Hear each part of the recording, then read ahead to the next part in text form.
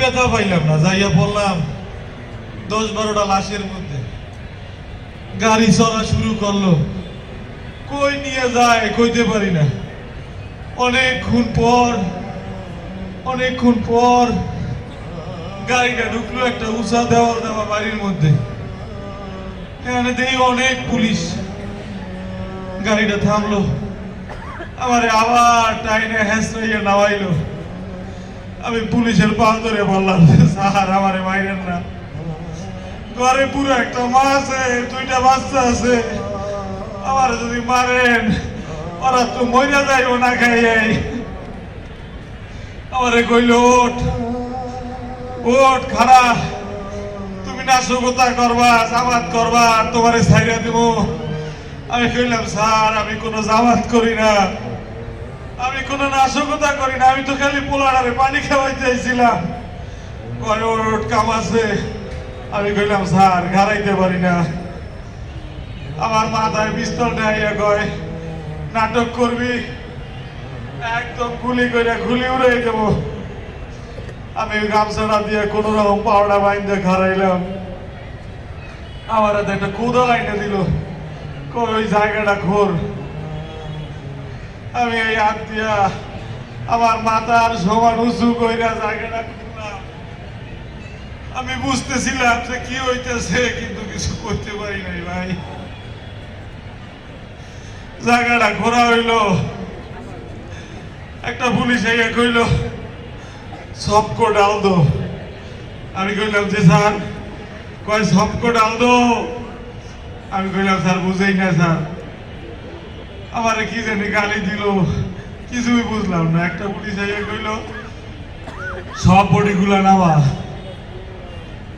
এই হাতে সব লাশগুলা টাইনা টাইনা এই কবরটার মধ্যে নামাইলাম। আমি কইলাম, স্যার এবার মাটি দিয়ে দেই। কয় না। আমার সামনে পেট্রোল লাইনে সব লাশগুলোর ভাই চালাইয়া দিল।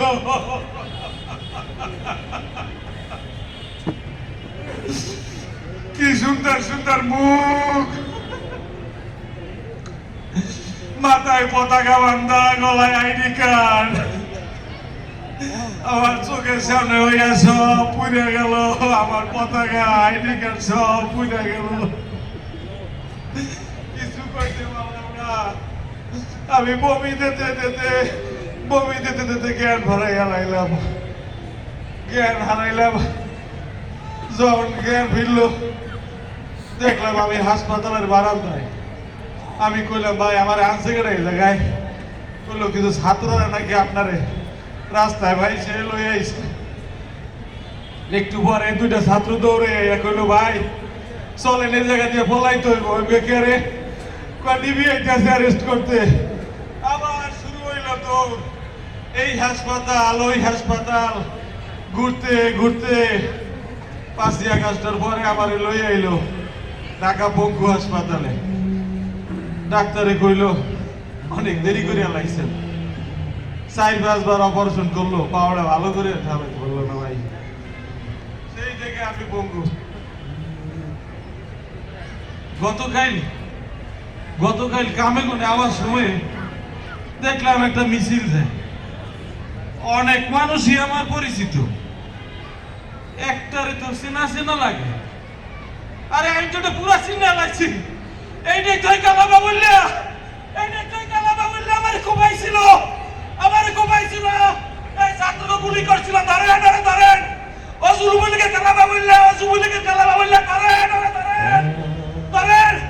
আমি দৌড় দিলাম পিছনে, কিছু লোক কয় কিসের বাবুল্লা, ও তো আমাকে দলের।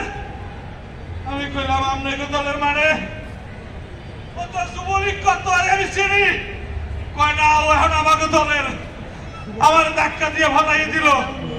আমি আবার দিলাম দৌড় পিছনে। সব মানুষ জায়গা মিশলো একটা জনসভার মধ্যে।